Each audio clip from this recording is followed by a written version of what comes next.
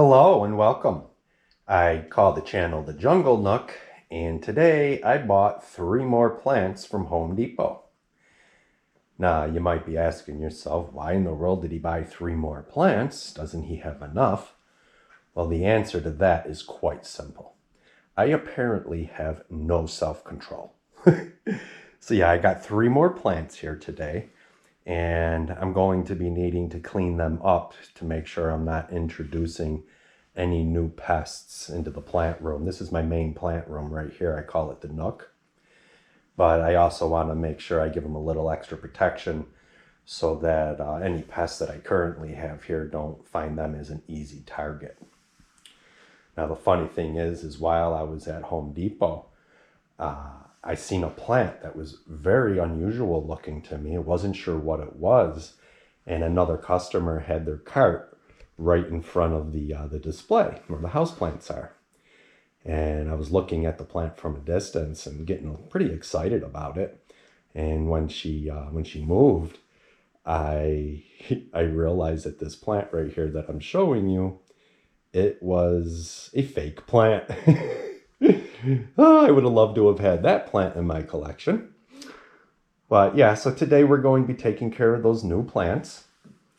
And we're also going to be taking care of some propagations that I have. We'll be putting them into a pot. I got some up potting to do. And I'm probably going to just give a bit of a channel update and just talk about some random plant care. The plant that we're going to be taking care of that I propagated is this one right here. This is a arrowhead plant, not sure of the actual type. But this plant here used to be pretty tall. It actually was right in that spot and grew all the way up to the bottom of this hanging basket right here. Maybe 3 feet altogether. But it had a lot of spider mites and thrips and stuff. It had a lot of damage on it, and I just cut some of the growing tips off, and we're going to be taking care of that. We'll do this last because you see the glasses there. I inspected it. There's no more mites, or I'm sorry, there's no more red mites, there's no more thrips, but there are still spider mites. We're going to take care of that last. We'll come back out to this room most likely in a little while, but for right now, we're going to go into what I refer to as the mini nook and start working on some of these plants. Now, these new plants that I got, I don't isolate my plants because I don't see the point in moving them around and condensing all the plants that I have that have issues into one spot.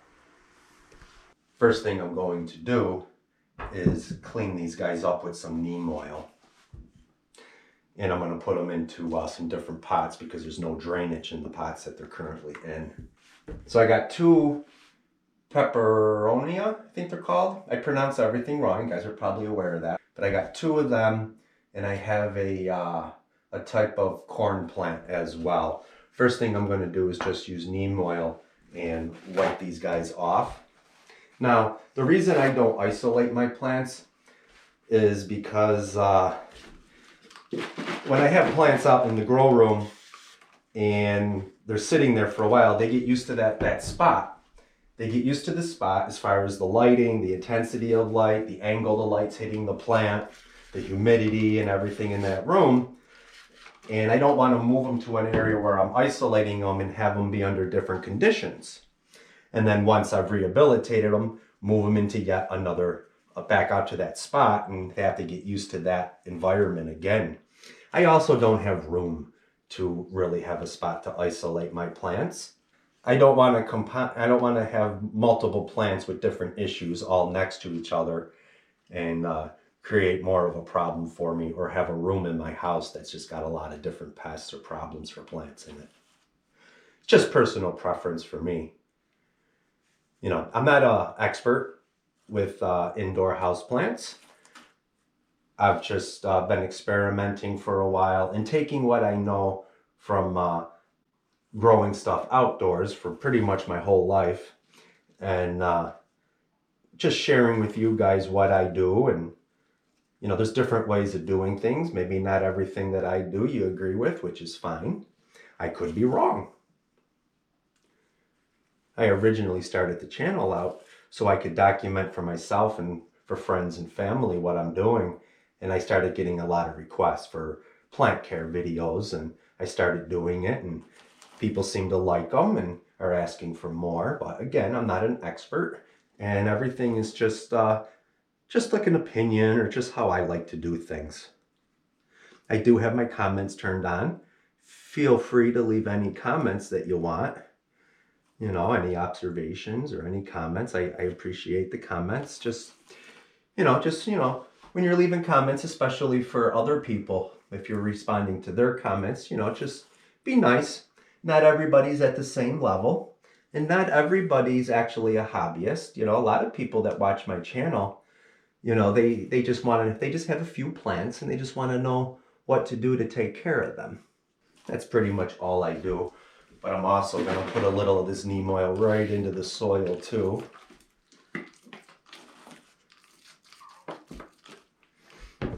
Just wiping them all down first, and then we will up pot them. Now these peperonias here, they're kind of like a succulent or something like that. They do like their soil to dry out a little bit more than than a lot of your other tropical plants. They don't like it overly dry, but they do like to dry out a little bit more. So we'll be adding some perlite and stuff to the soil and putting them into a pot that's well draining. If you got these guys and you see them starting to wilt, then when I say wilt, I'm referring to the whole stem falling over. That's most likely inadequate water, especially if you see that and you pick the pot up and it's really light. These guys, just like cactuses, orchids, succulents, and things, they can rapidly absorb moisture out of dry soil. And when you water them, you'll notice them starting to pick up again.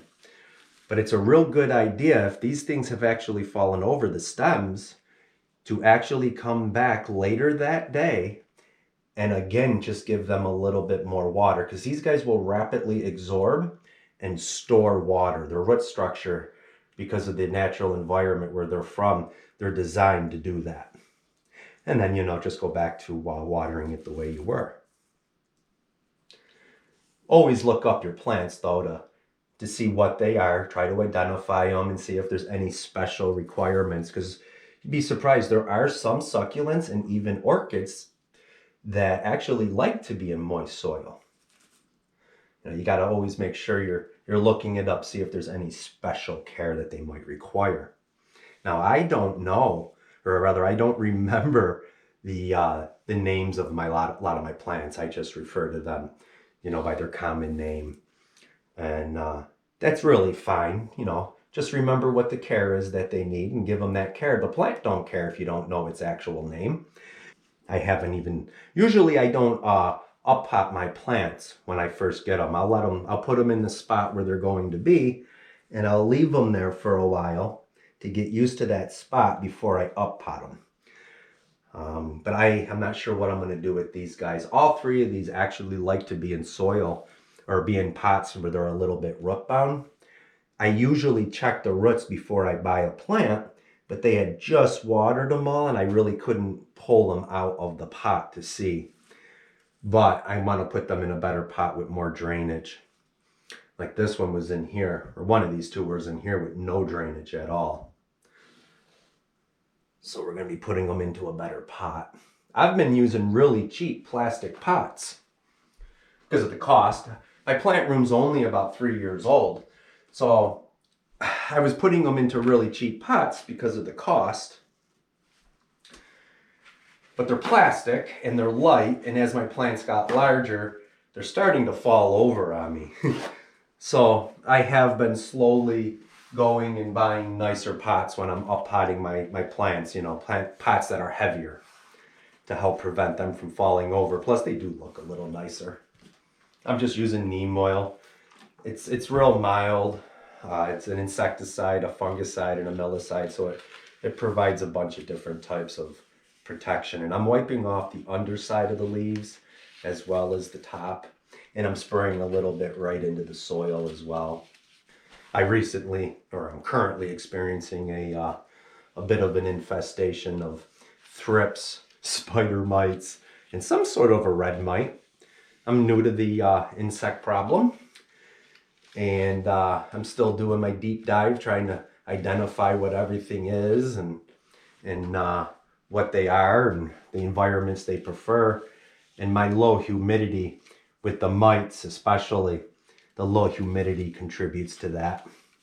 My next video is probably going to be like a one of those walkthrough videos where I just play music and I show the plants, and I like to do one of them. I try to do one a month. So eventually I'm going to make a playlist where I put all of those videos together, and you'll be able to watch them from the earliest walkthroughs all the way up to the newest one, so you can see how things progressed. And it's been a while since I did that because I had the insect problem. I went through and cleaned all the leaves and everything, so they're looking kind of nice. So I want to get these guys taken care of and get that video made. Now I know that these plants, if you let them overly dry out, or if they're in low humidity, these guys can handle slightly lower humidity. All of these can. Plants with thicker leaves can actually handle slightly lower humidity. But this could be shipping damage, but I think this is because of low humidity. Usually when plants are being grown at the greenhouse, they're in real high humidity. So it does take time for plants to adjust when you first move them home. I'm just cutting the tips off so they look a little greener. Let's see how the roots look.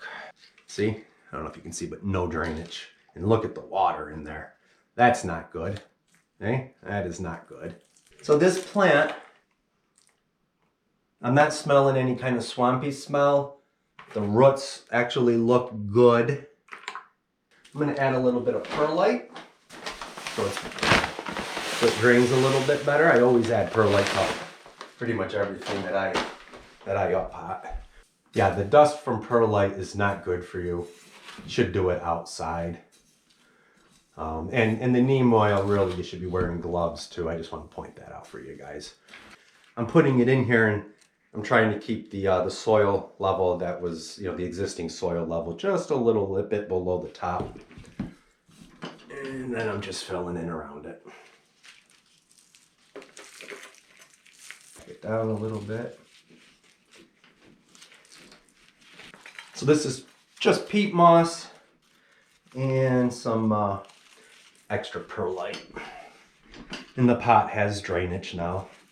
My last few videos, I've been trying to do something a little bit different. I'm trying to just turn the camera on and start talking. And part of the reason why I'm doing that is my editing takes the most time. Almost no roots in there. My editing takes the most time. And I'm sure a lot of you are thinking that when I'm referring to editing, I'm only talking about the time that I'm sitting there actually working on the footage. But the editing is me, it's all the preparation when I'm thinking about what's the topic going to be, what am I going to talk about, what order am I going to talk about it in. Now this plant's a little bit root bound, but when I show you, it's fine. These plants don't mind being root bound. There's a lot of plants, believe it or not, that actually prefer to be slightly root bound. It's a little more root bound, but it's actually fine. It will be happy going into a slightly larger pot. The pots that I'm using are just what I have at the moment. But like I said, I know these guys don't mind. All three of these do not mind being root bound. So it's not much bigger of a pot, but these pots have drainage. Yeah, that last video, I knew I was going to be talking about phosphorus and the importance of phosphorus with our flowering plants, because when your plants are flowering, they do require or enjoy a little bit more phosphorus, which will help your plant to get a few more flowers. The flowers may last a little bit longer, and continue to give it a little extra phosphorus while they're fruiting, or if they're growing seed and you're going to be collecting the seed. That will all help with the yield as well. In that video, I literally just hit record and just started talking without any kind of real script or really thinking much about it. And then I immediately edited it and put it out. And just to see how it was and what kind of feedback I got. Well, I totally could have added more information, that's for sure. But everything that I put in there was accurate, so I still put it out. One thing though is I was using headphones when I was editing it, and I had turned the volume up on the headphones themselves instead of, I turned the headphones up first, I edited it, and I forgot to go back through during the editing after I was done to increase the overall volume. That's why that video was so quiet. Yeah, sorry about that. I am still planning on getting a mic eventually. I just haven't bothered sitting down and ordering one yet. But that was why the video was so quiet. My computer is right in the room between the kitchen and the living room, so I wear headphones when I do it so I don't disturb anybody. Yeah. But yeah, I'll be redoing that for sure. If you watch that video, some additional information that I didn't put in there was like an easy way to increase the amount of phosphorus is bone meal. Sprinkle a little bit of bone meal in there, right before it's going to flour for you. Or just put a little bit of bone meal in there in the spring. Just sprinkle it right on top. If you're not up potting, you can just sprinkle it right on top. A little bit of bone meal, because bone meal and phosphorus is also good for root development, root growth. And in the spring, summer, and fall, when your plant's growing the most and putting up all that new foliage, it's also needing a little bit more root volume too. So that is a good time to do that. But if you're using an all-purpose fertilizer and you're growing houseplants and it's not really for the flowers, you probably don't even need to do that. You really don't need to do it, because plants do also absorb, hold on to, and store excess nutrients for so when they need them, when they're engaging in different functions, they have it. Yeah, it's a tiny little pot, but this is just temporary. I'll be up potting this again when I buy better pots for all these guys. But yeah, we'll be going out in that room and taking a quick peek out there at some stuff too. I want to show you guys some of the stuff that I was propagating. I showed you that in some other videos. I'll do a little update on that for you as well in this video to show you things are going pretty well, especially with that elbow monstera. I'm real happy with that. Propagating it right on the moss pole. It's got lots of new growth. I got multiple new vines now. I grabbed this one specifically because, variegation. You guys know I love variegation. Well, I just noticed something. I don't know why that pot was even out here. This plastic pot was not what it was supposed to go into. It was supposed to go into here, but that's its new home now. Silly. Here's another plant I want to up pot. This was given to me by my mom. It was given to her, and then she gave it to me. And I've had this plant for maybe a year now, and it's not really grown any. I don't know what it is. I believe it's some kind of a philodendron, and it's got some variegation in it too. Hasn't done nothing in here. I'm gonna put it into a new pot. I have had plants that I had for a long time, and they just were not performing well for me, and I actually thought about getting rid of them, but instead I up potted them. I'll show you one in a little bit. I'll up pot a plant, and boy, sometimes they really take off and put out new growth, and even actually change their whole growth structure, the whole way they're growing. Had one plant, I didn't even know it got branches. It started branching out. Oh, it flowered and put berries on it. I'll show you the berries too. I know I'm just kind of rambling, but that's what I'm experimenting with this, because I do water my plants almost every morning, and I want to see if I can just, when I get the mic, just have the camera going while I'm watering or whatever it is I'm doing in the morning before work, put that mic on and just be walking around taking care of the things that I need to, and just put out some plant care advice, or just talk about random things. So out here is where I'm putting these plants.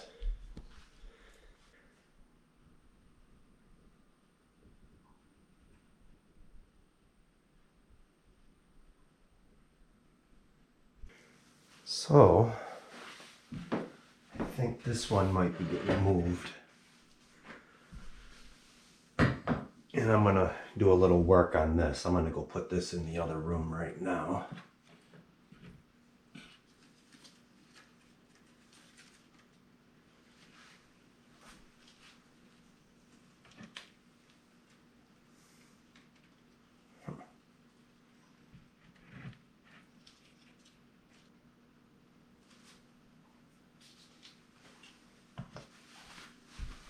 Just going to take I don't even know if we're in the shop, but I'm going to take this pot, because it doesn't drain, I'll never use it. I'm going to flip it upside down. I think that plant will do okay here. It's a real low light plant, but it's variegated. The more light it gets, well, it's getting good light. The more light a plant gets that has variegation, the more variegation it will have. I really don't want to put this one that's variegated here because I already got this. This has a little bit of, this is another peperonium here that has variegation. So I got the same type basically of plant here, here, and here. Kind of like that, like that. I don't even think I'll be bringing the other plant back into this spot. And I'm kind of liking this just the way it is. There's a vine. Cutting the vine off. Everywhere there's a leaf, this is a node that will grow a new root. So this could potentially, they might not all make it, but this could potentially be 3 new vines and make it more full in here for me. Like I said, before I had up-potted this, there was no drainage. Oh, I already did this too. There's already one right here and it's growing. But I'm doing more now. All I'm doing is I'm going to stick this into the soil. I'm going to stick this into the soil to where the node where that root is in contact with the soil. This plant used to be a lot fuller. It was really nice. And it will be again. And I just potentially started 4 new vines. Now a lot of times when you put these in here, they will they'll lose that leaf eventually. But that's fine. It will start to grow a new vine. It takes a while. It does take a while. They have started to grow roots. I inspected these plants. They're not too bad, but there's a few spider mites on them underneath. I'll spray the top too after I plant them. I wasn't happy that I had to cut this plant back like I did, but at the same time I didn't mind because I was planning on restarting this plant anyway. What I had thought I was going to do was just cut it back, put the larger pot outside for the summer, and start a new one as well so I could train it better growing up stakes. We will be staking this plant. And I'm going to put quite a few vines in here, so that as it grows up, it will have the stakes to help it, but the vines themselves will support each other. And then we'll be moving it right back to the same spot. So I am trying to think of a way, well, not a way, but I'm trying to think of how I'm going to put together a video on soil pH. I think that can be a pretty confusing for me for a long time about exactly what it is and how it affects your plant's ability to have access to nutrients and its ability to be able to absorb nutrients. Part of the reason why I want to do that video is because soil pH is extremely important. And if you look up soil pH, you will see that it is extremely important. When you have a potted plant and you're using peat moss or coco coir as the main ingredient in your pot, not referring to outside in the ground, but in your pot, your soil pH is probably going to be just fine, actually. And I want to explain exactly what soil pH is because there is so much emphasis online and on other channels about how important it is and how it can affect the soil and the plant, which is all true. But it's not only is it rare that your pH level is going to change, but in your potted plants, again with peat moss or coco coir, but it's going to take a long time for that to happen. And if it does, it's going to be really gradual in most cases. And it's super easy to adjust your soil pH. I don't even, because I know what I'm putting, I know that I'm using peat moss or coco coir. I know that it's not changing, but if it does, most likely, most times your pH will go a little bit lower. And if your pH is going a little bit lower, and if you have a potted plant in your house or just in a pot, and it's been in that pot for, a couple of years, yes, your soil pH might move a little bit, but to adjust it, you literally just sprinkle a little bit of lime, or if it's going down. But if your soil pH is going up, then you just put a top dressing of some nice organic material, like some compost or some worm castings, and that will adjust it for you. It's kind of silly a lot of times when you look stuff up, and because it's true, the soil pH really is super important. But a lot of times they're just talking about soil pH. They're not really talking about it outside or inside in a pot. And it is important, so they'll be telling you how extremely important it is. But it's so rare in a potted plant for it to really move much, if any at all, and how simple it is to just address the issue with just sprinkling a small amount of lime on top of the soil, or adding a little bit of fresh organics, depending on which way you need that soil pH to go. I get why it's complicated, because I'm having a hard time, putting a real simple video together to explain it. Yeah, I'll be making a video on that. But yeah, soil pH, extremely important, but rarely is it gonna change within your pot if you're using peat moss or coco coir, and super easy to adjust it. And you can get I know a lot of people use moisture meters to see what the moisture level is. You stick it in to see what how much moisture is in your pot. You can buy them that test your pH as well as your moisture all at the same time. You can really load these up. It's a vining plant. It's going to grow up and out in both directions. So I'm putting these ones in now, but eventually I'll come back and put even taller ones in.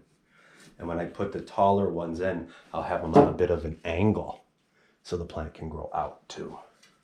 And this peat moss, the potting mix in here is recycled.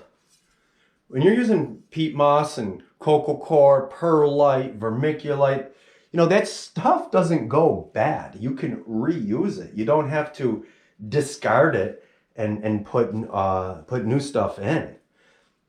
All the peat moss and coco coir is really doing is absorbing water and nutrients for you.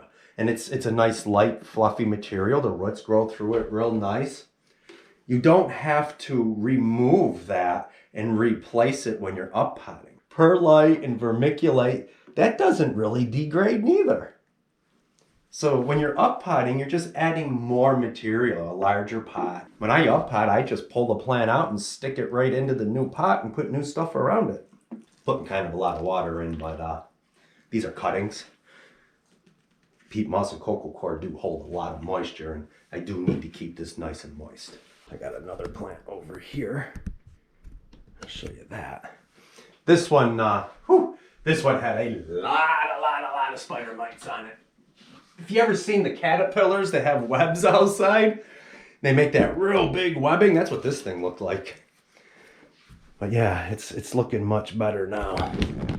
I'll show it out in the other room. What I'm gonna do is just clean up a little bit now. I'm gonna put this in its place as well.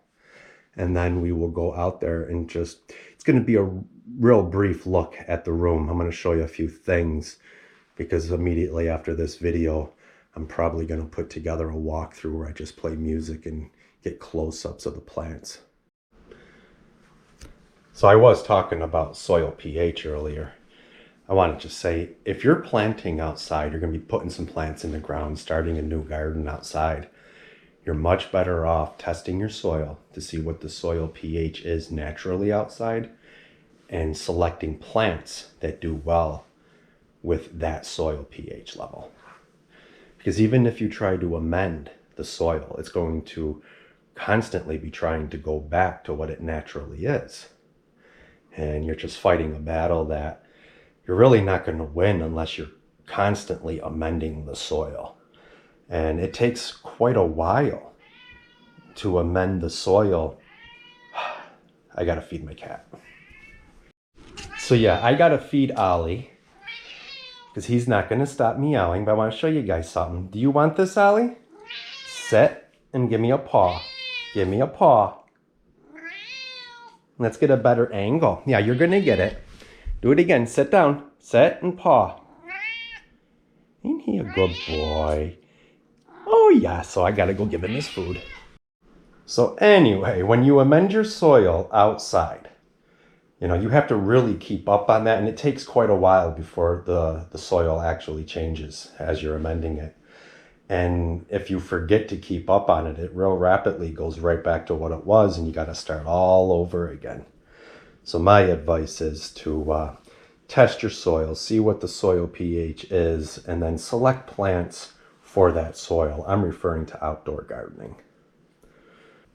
Like, see this plant right here? I should take a couple cuttings of them. Oh, they're here already. See? Look, I already did it. Trying. There you go. So there's a new vine starting off of that. Anyway, so that's going to grow out right down here.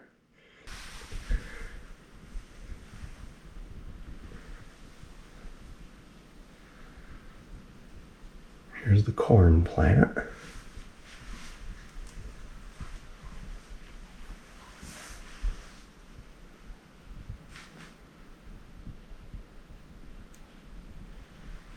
And then this guy right here. Now, the plant that I showed you before that had all the spider mites, put him back in his spot over here. So glad I didn't get rid of it.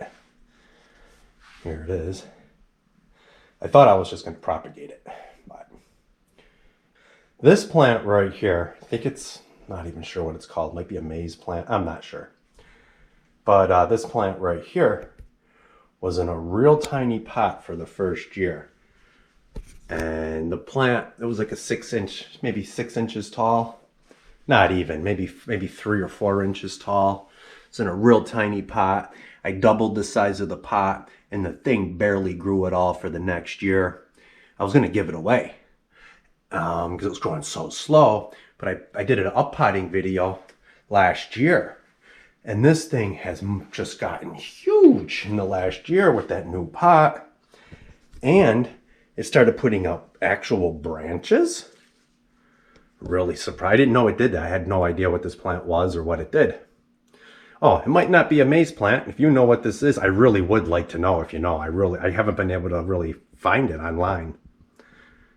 But it did get flowers down here, and now it has these berries.